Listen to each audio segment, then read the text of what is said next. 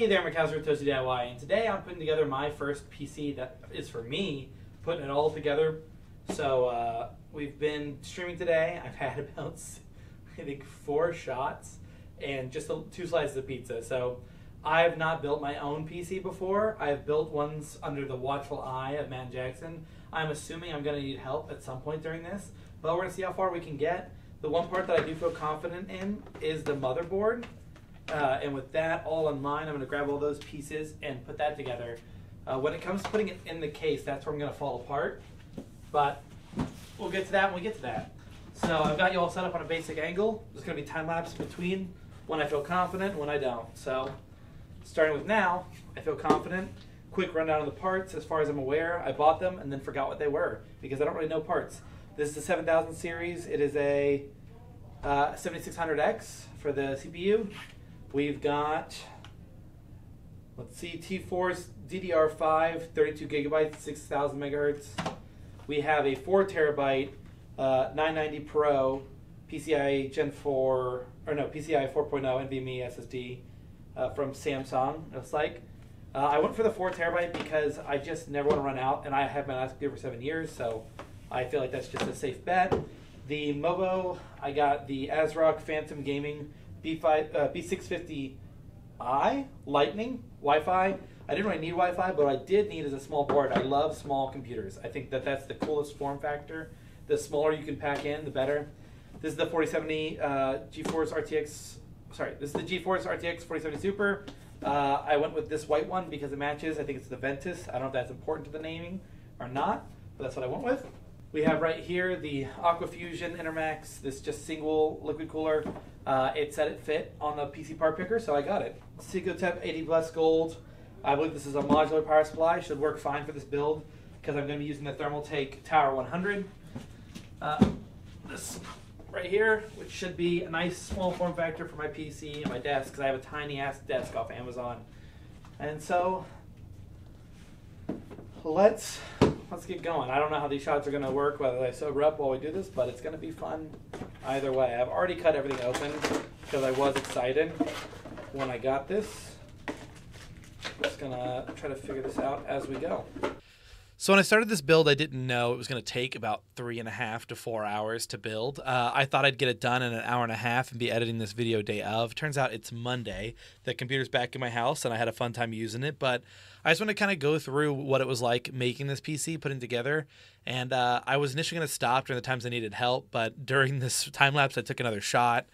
People kept coming in and out, and it was just too chaotic to really control. So let me just tell you all about it, building a PC for the first time. If you've never done it, what it genuinely feels like to do it with little to no help, and how I think I would have gotten through it if I didn't have it. I think I said before it started that I wasn't going to have much trouble with the motherboard. The motherboard is really easy. If you watch a video on how to put one together, even the fact that this one doesn't have more than 2 RAM slots made it super simple to install, and that was really nice. I should have then gone straight into installing the cooler, but honestly I was afraid of that, so I started disassembling the case, which took me a while, and I didn't watch any guides for this case or anything like that. I was just kind of doing it by what I know. I might have had an easier time had I followed a Thermaltake 100 guide and like just Googled, you know, any build in that. Probably would have given me more success. But since I just went through it on my own, I was having fun kind of learning where to take it apart. Because I was kind of riding the high of enjoying myself when I hit trouble, then it became really frustrating to work on this. And that's when you'd see me call in like Tyler at some point. You'll see comes in here and he helps me with the CPU cooler and whatnot. Because the problem is it's going to go in sideways. And so I need to attach it a certain way. Intel and AMD have different attachments on the cooler. What I should have done is just Googled like Intermax 120mm AIO install. Just found it.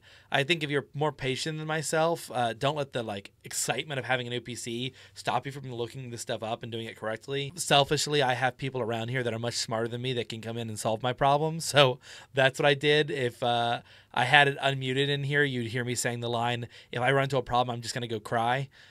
Meaning that I'm just going to go find someone smarter than me to help solve it. Tyler being one of them. At some point, you'll see Emily come in here and try to help out. She built some PCs for PC Bros. She helped me plug in the front I/O. We weren't fully confident in our work when we did that. I just needed her to help because she has smaller hands than me and I could not reach back there. That will end up being one of our issues that Jackson, you will see towards the very end, will come in and help solve. But if you were somebody that thought, I want to build a PC on my own and I want to build something, more complicated, or you don't really know what level of complication it is, I think the best thing you could do to help yourself is not take 4 shots before you start. If that's not a problem and you don't have shaky hands unless you have some alcohol, then I would say the best thing is to follow a guide in its entirety. If you decide to make, liberties in that decision making and pick things that aren't guided inside of your tutorial you found online, then I would make sure to Google those parts in particular and just watch those installs from either website or whatnot. I wouldn't do any part without watching a guide first, because you're just going to cause yourself problems for later if you mess up. I had this happen a couple times I didn't install the coolers, then I had to uninstall the motherboard.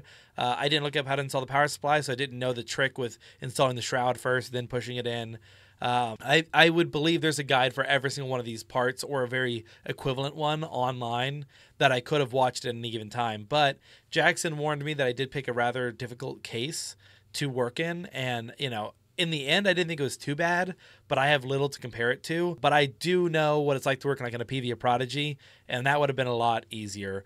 I know that one's just, I've got more room, less moving parts. Like, I don't have 8 different panels to remove. It would have just been simpler, and it doesn't put the motherboard in sideways. So if it's your first build, I truly believe you should build whatever it is that you want to have. You shouldn't make concessions just based on what your ability you think it is. But I would recommend you lean on videos more so than I did, because I would have been a lot better off had I used more resources before getting lost. But I didn't do that, once again, because I knew I had people right next to me that could help. But I would say this is fully doable by somebody at home alone. I think it would just take you maybe, at least if I did this at home with no help, I bet it would have taken me at least 8 hours to build this PC. But you only have to do it once. So if that's not something you want to do and you think 8 hours is not worth your time, realize there's companies that'll build it for like $150, 8-hour shift.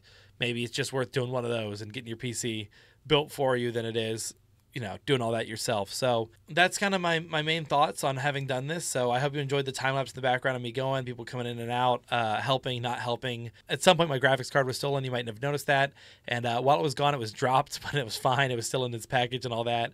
But it was an interesting experience, and I'm glad to have a new PC. I got caught up in the excitement of getting a new PC. I have no game I'm excited to play on it. So I've kind of just been piddling around on it, hoping to find something that'll make it worth having bought it. And at this moment, I can't say it was valuable. I might have been more satisfied with a mid-range PC, but I was just so caught up in the rat race of having something new and fancy that I spent a lot of money. So if you're somebody looking at a PC, you might seriously look into those budget guides Matt and Jackson do, unless you're a frame-chasing monster. But if you're more like me, I think those things would have done just fine. So thank you all for watching. Let's get to that outro. All right, well, as you can see behind me, the computer is finished. I might get some sexy B-roll later, but I only have 44 seconds left on the memory card. So thank you all for watching. This was much harder than I thought it was going to be. I thought after having worked here for so long, it'd be way easier. Whether it was this case or my ability or the 4 shots, something got between me and getting this done. I hope you enjoyed. This was a realistic approach at it. The time that you all got cut off was about another hour and a half. So we got another hour about driver updates. I think we're going to be good. So thank you all for watching. If you have any questions, leave them below. Like, comment, subscribe, and thank you for watching Toasty DIY.